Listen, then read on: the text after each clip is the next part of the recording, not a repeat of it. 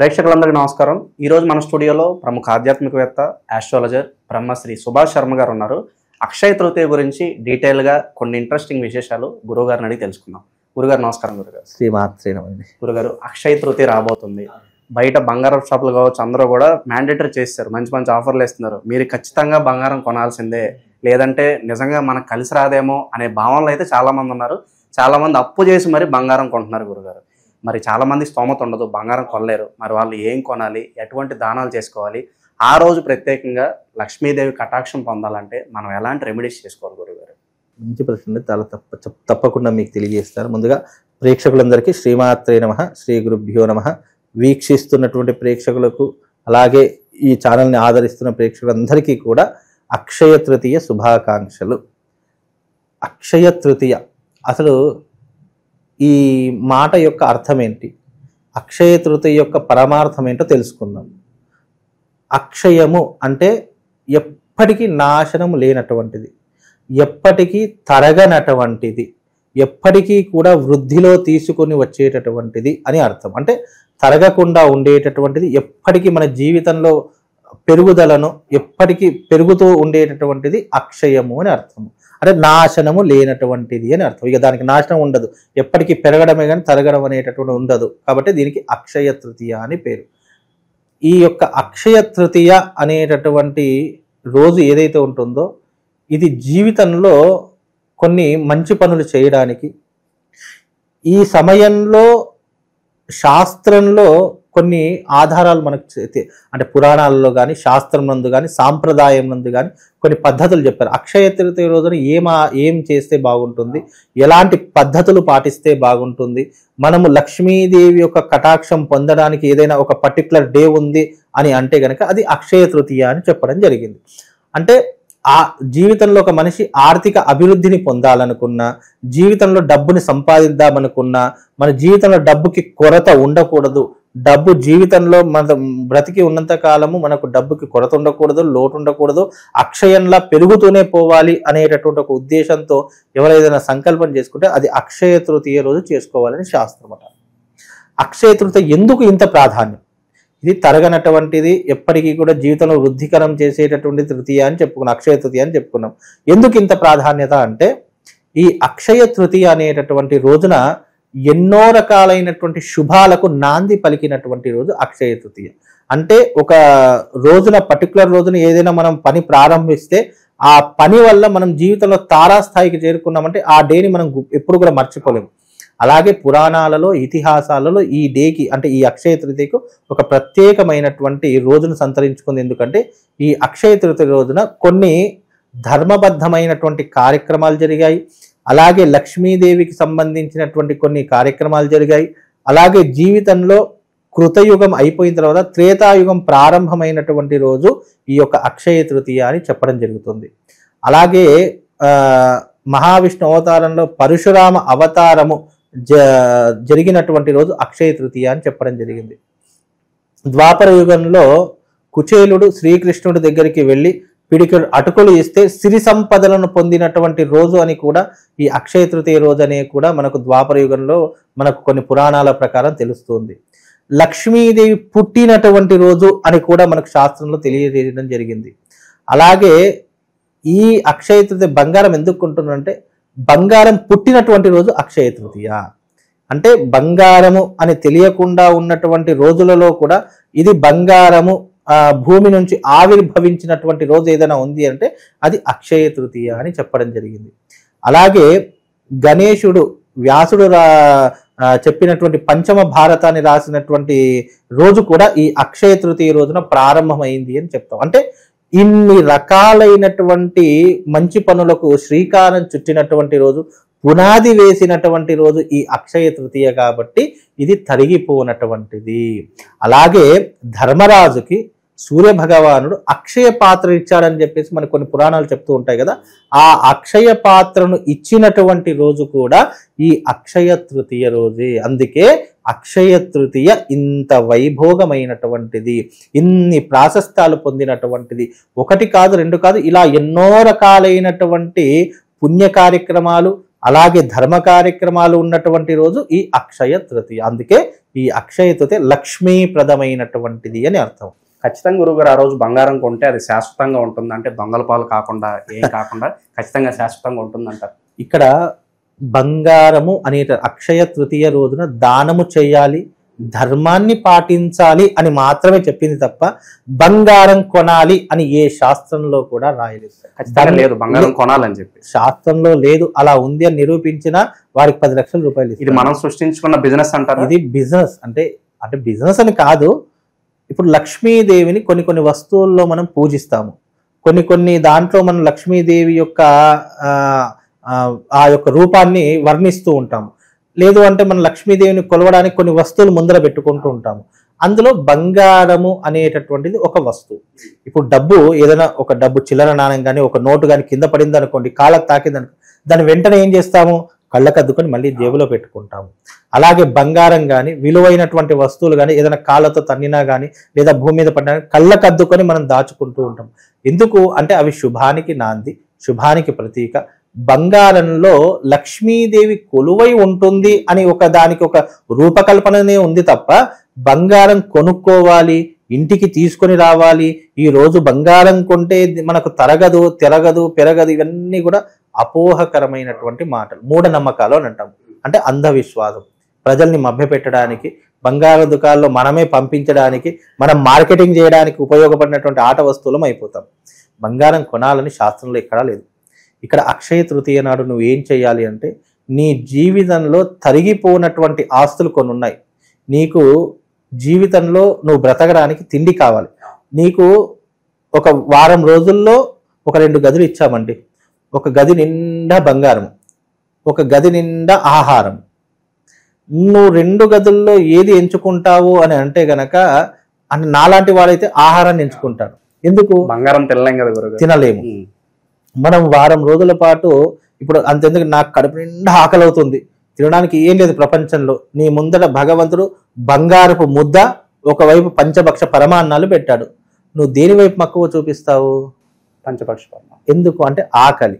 కాబట్టి నీ జీవితంలో తరిగిపోనిది ఏదైనా ఉందంటే ఆకలి. కాబట్టి నీ యొక్క జీవితంలో ఆకలి బాధ లేకుండా నువ్వు బ్రతకాలి అంటే చక్కగా అన్నదానం చేసేటటువంటి ప్రయత్నం చేయండి. ఇది అక్షయ తృతీయ నాడు దానం చేయవలసినటువంటి పదార్థాలు కొన్ని చెప్పారు. 1 అన్నదానము, 2 గొడుగు దానము, 3 చెప్పుల దానము, 4 కుంభదానము అంటే నీటితో ఉన్నటువంటి కుండను దానం ఇవ్వడము, 5వది విసనకర్ర దానం ఇవ్వడము, 6వది భూదానం ఇవ్వడము, 7వది సువర్ణ దానం అంటే బంగారం దానం ఇవ్వమని చెప్పడం, 8వది ఏంటి అంటే గనక గోదానము, 9వది ఏంటి అంటే కన్యాదానము, 10వది ఏంటి అని అంటే గనక నీ జీవితంలో ఎప్పటికీ కూడా నువ్వు నీ శరీరాన్ని అంటు పెట్టుకునే వస్త్రదానము.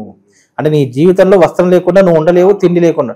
కాబట్టి ముఖ్యంగా నువ్వు జీవితంలో ఏదన్నా నీకు తరగకుండా ఉండాలి, నువ్వు ఎప్పటికీ కూడా వీటితో సమృద్ధిగా ఉండాలి అంటే గనక వస్త్రదానం చెయ్యు, అన్నదానం చెయ్యు. ఎవరి స్తోమత తగ్గట్లుగా వాళ్ళు ఈ వస్తువులను కొనుగోలు చేసి దానం చేస్తే బాగుంటుంది అంటారు. స్తోమతకు మించి దానం చేయకూడదు. నీ స్తోమత ఎంత, నేను 10 రూపాయలు సంపాదిస్తున్నాను అంటే అందులో కనీసం ఒక 2 రూపాయలను దానం చేయి, మిగతా 8 రూపాయలు దాచుకో, తప్పు లేదు. నాకు వచ్చే ఇన్కమే 10 రూపాయలు, లేదు అంటే ఇప్పుడు మీరు అన్నారు అప్పులు చేసి మరి బంగారం తీసుకొస్తున్నారు అని చెప్పి, నాకు వచ్చేది నెలంతా కష్టపడితే ఒక 50,000 వస్తుంది, బంగారం చూస్తే 90,000 ఉంది. అంటే ఈ రోజు మా ఆవిడ బంగారం కొనమన్నది అని చెప్పేసి నేను ఇంకా 40,000 అప్పు తీసుకొచ్చి నా సంపాదన 2 జోడించి నేను ఇంటికి బంగారం తీసుకుని వెళితేనే నాకు ఇంట్లో ఫుడ్ దొరుకుతుంది, లేకపోతే ఈ రోజంతా పస్తులే. అంటే ఏంటి ఇక్కడ, బంగారం కొనమని శాస్త్రం చెప్పలేదయ్యా. నీ స్తోమత ఎంతనైతే ఉంటుందో దానికి తగినటువంటి విధంగా దానము చెయ్యు, ధర్మం చెయ్యు, నువ్వు మంచి సత్కార్యములు చెయ్యు. ఈ రోజున ఏ పని అయితే చేస్తావో అది నీ జీవితంలో తరిగిపోనటువంటిదిగా మిగిలిపోతుంది అని శాస్త్రం చెప్పింది తప్ప బంగారం కొనమని చెప్పలేదు. బంగారం కంటే విలువైనది ఒకటి కొనుక్కోవచ్చు. బంగారం కంటే విలువైనది అక్షయ తృతీయ రోజున నీ ఇంట్లో పెట్టుకుంటే నీ జీవితంలో బంగారం కంటే గొప్పనైనటువంటి విధానం నీ జీవితంలో వస్తుంది. అంటే మీరు అన్నారు కదా, పేదవాళ్ళు ఏ స్తోమత లేనటువంటి వాడు కూడా కొనేటటువంటి ఒక వస్తువు ఉందండి. ఆ రోజున ఆ వస్తువు గనక నీ ఇంట్లో పెట్టుకున్నావు, నువ్వు ఒక బయట నుంచి తీసుకొని నువ్వు ఇంట్లో పెట్టుకున్నావు అని అంటే అది నీ జీవితంలో ధనం కంటే గొప్ప విలువైనటువంటిది. అదేంటో తెలుసా? ఉప్పు, కళ్ళుప్పు. అందరికీ అందుబాటులో ఉంటుంది. సామాన్యుడు కూడా ఉప్పుని తీసుకోవచ్చు. అంటే బంగారం కంటే నీ ఇంట్లో అక్షయ తృతీయ రోజున నువ్వు కొనుక్కోవాల్సింది ఏదైనా ఉంది అంటే అది ఉప్పు కొనుక్కోవాలి. గురుగారు అంత ప్రాధాన్యత ఉప్పుకి? లక్ష్మీదేవి యొక్క అవతారంలో ఉప్పుకి చాలా ప్రాధాన్యత ఉంది. బంగారం కంటే ఉప్పు లక్ష్మీప్రదమైనది అని చెప్తాం. బంగారము ఉప్పు పక్కన పెడితే లక్ష్మీదేవి దేంట్లో ఉంటుందంటే సువర్ణంలో దాగుంటది, ఉప్పులోనే దాగుంటుంది. అందుకే ఆ అక్షయ తృతీయ రోజున నువ్వు కిరాణా షాపుకి వెళ్ళి 1 కిలో ఉప్పు తీసుకొని వచ్చి నీ ఇంట్లో డబ్బాలో పెట్టుకో. ఆ డబ్బాలో పెట్టుకున్న ఉప్పును నువ్వు తీసుకొని వచ్చావంటే లక్ష్మీదేవిని నీ ఇంటికి తీసుకొని వచ్చినట్టే. కాబట్టి ఆ రోజున లక్ష్మీప్రదమైనది ఏదైనా కొనుక్కోవాలంటే ఉప్పు కొనుక్కోండి, చీపిరి కొనుక్కోండి. అలాగే మీ ఇంట్లో ఉన్నటువంటి బంగారం కొనలేవు కాబట్టి కనీసం ఈ 2 వస్తువులైనా తెచ్చి నీ ఇంట్లో పెట్టుకో, లక్ష్మీదేవి నీ ఇంటికి వచ్చినట్టే. ఆ రోజున చక్కగా ఇల్లంతా శుభ్రం చేసుకోండి. ఏం చక్కగా ఇంటికి మామిడి తోరణాలు పెట్టుకోండి. ఆ రోజున వీలైతే చక్కగా లక్ష్మీదేవి యొక్క పటాన్ని ముందర పెట్టుకొని ఒక ఉప్పు ప్యాకెట్ ఉంటుంది కదా, ఉప్పు ప్యాకెట్ తీసుకొని లక్ష్మీదేవి ముందర పెట్టి దానిపైన 2 తమలపాకులు పెట్టి గౌరీదేవిని చేసుకొని ఆ గౌరీదేవికి చక్కగా షోడశోపచార పూజ చేసి లక్ష్మీ అష్టోత్తరాన్ని చదువుకుంటూ ఒక్కొక్క నామం చెప్పుకుంటూ ఒక్కొక్క పువ్వు గాని అక్షంతలు గాని వేస్తూ ఉండండి. దానికంటే ఉత్తమమైనటువంటి లక్ష్మీప్రదమైనటువంటి పూజ మరొకటి లేదు. ఆ రోజు కూడా మనం ఎలాంటి మంత్రాలు చదువుకోవాలి గురుగారు లక్ష్మీదేవి ఆరాధించడం? ముఖ్యంగా లక్ష్మీదేవిని ఆరాధించేటటువంటి అక్షయ తృతీయ రోజున ప్రధానంగా చదువుకోవలసినటువంటివి శాస్త్రం నందు చెప్పినటువంటివి ఏంటి అంటే శ్రీ సూక్త పారాయణం, లక్ష్మీ సూక్తం అంటాము. ఆ లక్ష్మీ సూక్త పారాయణం చేసుకోవాలి. 2వది దేవి ఖడ్గమాల పారాయణ స్తోత్రము, 3వది లలితా సహస్రనామ స్తోత్రము, 4వది కనకధారా స్తోత్రము, 5వది మనకు విష్ణు సహస్రనామ పారాయణం. ఈ 5ట్లో మీకు ఏది వస్తుందో మీ నోటితో ఏదైతే మీరు చెప్పగలుగుతారో ఈ 5ంటిలో ఏదో ఒక దాన్ని ఎంచుకొని మీరు చక్కగా ఆ యొక్క స్తోత్ర పారాయణం చేసుకోండి. ఎందుకంటే ఈ అక్షయ తృతీయ లక్ష్మీ నారాయణులకు చాలా ప్రీతికరమైనటువంటిది అని శాస్త్రము. ఈ యొక్క అక్షయ తృతీయ రోజునే శ్రీ మహాలక్ష్మి కుబేరుడికి అద్భుతమైనటువంటి సిరి సంపదలను కలగజేసినటువంటి రోజు, సిరి సంపదలకు రక్షగా ఉండవలసినటువంటి అధికారాన్ని ఇచ్చినటువంటి రోజు కూడా ఈ అక్షయ తృతీయ రోజు. కాబట్టి ఈ రోజున లక్ష్మీదేవిని ఆరాధించడము, అలాగే నారాయణుని ఆరాధించడము, విఘ్నేశ్వరుణ్ణి ఆరాధించడము, కుబేరుణ్ణి ఆరాధించడం ఈ రోజున చాలా విశేషమండి. ఈ రకంగా చేస్తే తప్పకుండా వాళ్ళకి శుభం లాభం. చాలా మంది బంగారం కొనగాలి, బంగారం కంటే విలువైనది ఒకటి చెప్తానమ్మా. అక్షయ తృతీయ రోజున తప్పకుండా కొనవలసింది ఏదైనా ఉంది అంటే అది ఉప్పు కొనుక్కోండి. కళ్ళుప్పు కానీ ఉప్పు కానీ కొనుక్కొని మీ ఇంటికి తీసుకొని పెట్టండి. అది మీకు శుభాన్ని, లాభాన్ని, అదృష్టాన్ని కలిగిస్తుందండి. గురుగారు తెలుసో తెలియకో కొన్ని తప్పులు చేస్తూ ఉంటారు. లక్ష్మీదేవి ఇంటి ముందు ఉన్నా కూడా తలుపులు వేసేస్తే లోపల రావడానికి వీలున్నది కాబట్టి మనం ఆ రోజు ఎలాంటి తప్పులు సాధారణంగా చేస్తూ ఉంటారు, ఎలాంటి తప్పులు చేయకూడదు? ఆ తప్పులు చేయకూడనటువంటి తప్పులు ఏంటి అంటే ఆ రోజున ఎవరైతే పొద్దెక్కే వరకు నిద్ర లేవరో వాళ్ళ ఇంటికి లక్ష్మీదేవి రాదు. ఆ రోజున తప్పకుండా ఇంట్లో సూర్యోదయానికి పూర్వమే అందరూ నిద్రలేచి పూజా మందిరాన్ని ఇంటిని అంతటిని కూడా శుభ్రపరచుకోవాలి. శుభ్రపరచుకొని ఆ రోజున ఇంటికి మామిడి తోరణాలు పెట్టుకొని చక్కగా ఒక పీటను వేసుకొని ఆ పీట పైన అమ్మవారి యొక్క ప్రతిమను పెట్టుకొని దాని ముందర ఒక ఉప్పు ప్యాకెట్ పెట్టండి. లేదా ఆ ఉప్పుని ఒక స్టీల్ దాంట్లో గిన్నెలో వేసి దానిపైన 2 తమలపాకులు వేసి చక్కగా దానిపైన గౌరమ్మను చేసి దానికి అష్టోత్తరంతో పూజ చేసుకునే ప్రయత్నం చేయండి. ఆ తర్వాత సాయంకాల సమయంలో చక్కగా అమ్మవారి యొక్క స్తోత్ర పారాయణం చేసుకోవాలి. సాయంత్రం 5 దాటిన తలుపులు వేయడం కానివ్వండి, లేదా ఆ రోజున ఇంట్లో దీపం లేకుండా ఉండడం కానివ్వండి చేస్తే ఉన్న లక్ష్మీదేవి వెళ్ళిపోతుంది. కాబట్టి ఆ రోజున లక్ష్మీదేవి రావడానికి చక్కగా స్తోత్ర పారాయణం చేసుకోండి. ఆ రోజున తప్పకుండా ఇంటికి ఇరువైపులా మీ సింహద్వారం దగ్గర దీపాలు వెలిగించండి. నేతితో దీపాలు, అవి కూడా నేతితో వెలిగించిన దీపాలు పెట్టుకోండి. తద్వారా లక్ష్మీదేవి మీ అంటే ఎప్పుడైతే ప్రధాన సింహద్వారానికి దీపాలు వెలిగిస్తామో అవి లక్ష్మీదేవి రాకను సూచిస్తాయట. కాబట్టి లక్ష్మీదేవిని ఇంటికి రావాలి అంటే నీ జీవితంలో దారిద్ర్యం ఉంది అంటే నువ్వు ప్రతిరోజు క్రమం తప్పకుండా నీ ఇంటి సింహద్వారం దగ్గర నేతితో వెలిగించిన దీపాలు పెట్టినట్లయితే లక్ష్మీదేవిని ఇంటికి రావడానికి సహకారం ఉంటుంది. కనుక ఈ రకమైన పద్ధతులు చేసుకోండి. కాబట్టి ఆ రోజు సాయంకాలం తలదువ్వుకోవడం కానివ్వండి, లేదా ఇంట్లో చేయకూడనటువంటి పనులు చేయడం కానీ, భోజనం లాంటివి సంధ్య వేళలో చేయడం లాంటివి కానీ చేస్తే నీకు దారిద్ర్యం సంక్రమిస్తుంది. కాబట్టి ఇలాంటివి ఎప్పుడూ కూడా చేయకూడదు. ఊడవడం లాంటివి, తిట్టడం లాంటివి, దూషించడం లాంటివి, ఆ రోజున ఇంట్లో చేయకూడనటువంటి అకృత్యాలు చేయడం కానీ ఇలాంటివి చేస్తే నీ జీవితం ఎప్పటికీ అదే రకమైన దుఃఖ సముద్రంలో కృంగిపోతుంది. కాబట్టి ఇలాంటివి చేయకూడదు. అక్షయ తృతీయ రోజున నువ్వు మంచి చేస్తే మంచి పెరుగుతుంది, అక్షయంలా మారుతుంది. చెడు చేసినా కూడా నీకు చెడు అక్షయంలా పెరిగిపోతుంది. కాబట్టి అక్షయ తృతీయ రోజున నువ్వు ఏదైతే ఆరాధిస్తావో, ఏదైతే చేస్తావో అదే నీ జీవితంలో అక్షయంలా మారి దానితోనే నువ్వు పెరుగుతావా తరుగుతావా అనేటటువంటిది నీ మీద ఆధారపడి ఉంటుంది. అందుకే అక్షయ తృతీయ వచ్చిందంటే దానము ధర్మము లాంటివి చేయాలి. బంగారం కొంటావా కొనవా తర్వాత ఆప్షన్. ఉన్నవాడు కొంటాడు, లేనివాడు కొనడు. ఉన్నవాడైనా లేనివాడైనా వారికి ఇచ్చే సజెషన్ ఏంటి అంటే ఆ రోజున ఉప్పు ప్యాకెట్ తెచ్చి ఇంట్లో పెట్టుకోండి, అదే లక్ష్మీప్రదము. దానికంటే విలువైనటువంటిది బంగారం కూడా లేదు. కనుక ఇది చాలా అందరికీ అందుబాటులో ఉండేటటువంటి విధానం. ఇది తాంత్రిక విధానంలో చెప్పినటువంటి శాస్త్ర నియమ పద్ధతి. కాబట్టి ఈ రకంగా చేసుకుంటే వాళ్ళందరికీ శుభం లాభం కలుగుతుంది. గురుగారు, కొనుక్కునే వాళ్ళు ఉంటారు కాబట్టి బంగారం పలానా సమయంలో కొనుక్కోవాలి అలా ఏమన్నా ఉంటుందా? కొన్న వెంటనే ఏం చేయాలి గురుగారు బంగారాన్ని ధరించే ముందు కూడా? ఇప్పుడు ఈ మధ్యకాలం ఎలా అయిపోయిందంటే అండి, మీరు అంటున్నారు బంగారం కొనాలా, కొంటే ఏం జరగదు. ఇప్పుడు చాలా మందికి ఏం చేస్తున్నారు, అక్షయ తృతీయ బంగారం కొంటున్నారు, తెల్లారితే మళ్ళీ గోల్డ్ ఫైనాన్స్ లో పెట్టేస్తున్నారు. ఏం అంటే అది జనరల్ గా జరుగుతుంది. కొనడం అయితే కొంటున్నాము, మళ్ళీ తెల్లారేసి గోల్డ్ ఫైనాన్స్ లో పెట్టేస్తుంది. ఏం ఫాయిదా ఏముంది దానివల్ల? ఉపయోగం ఏదైనా ఉందా? ఏమీ లేదు. నేను బంగారం గురించి అక్షయ తృతీయ బంగారం ప్రస్తావాన్ని నేను తీసుకున్నాను, ఎందుకంటే నాకు నచ్చదు ఆ విషయం. ఈ విషయంతో చాలా మంది అంటే ఇలాంటి కొన్ని సందర్భాల్లో ఈ బంగారం వల్ల విడిపోయినటువంటి జంటలు కూడా ఉన్నాయండి. ఖచ్చితంగా ఆ రోజు కొనాలి, కొనకపోతే ఆ రోజున ఈ కొనకపోతే అనే ఏదైతే డైరెక్షన్ ఉందో అది గొడవలకు దారి తీసేస్తుంది. సంపాదిస్తున్నావు, ఏం చేస్తున్నావు, ఇన్ని రోజులు సంపాదిస్తున్నావు, కనీసం ఈ రోజైనా బంగారం తీసుకురావు, తులం బంగారం మాసం బంగారం అయినా తీసుకురాకపోతే నీ జీవితం అంటే ఇవి గొడవలకు దారి తీసేటటువంటివే కానీ కలవడానికి కాబట్టి అందుకే అంటున్నా, బంగారం నువ్వు కొంటావో కొనవో నీ యొక్క స్తోమత, అది నీ యొక్క స్థితి. నువ్వు బంగారం కొన్నా నాకు పెద్ద ప్రయోజనం లేదు, అది కొన్నా నీకు పెరుగుతుంది. ఈ రోజు నేను ఒక తులం బంగారం కొంటే అది వచ్చే సంవత్సరానికి 10 తులాలు అవుతుంది అనేది శాస్త్రం. అట్లా కొంటే ఉంటే అక్షయ తృతీయ రోజు బంగారం కొంటే పెరుగుతుంది అన్న ఒక్క వ్యక్తిని నాకు తీసుకురండి, ప్రపంచంలో ఎవ్వరూ కూడా లేరు.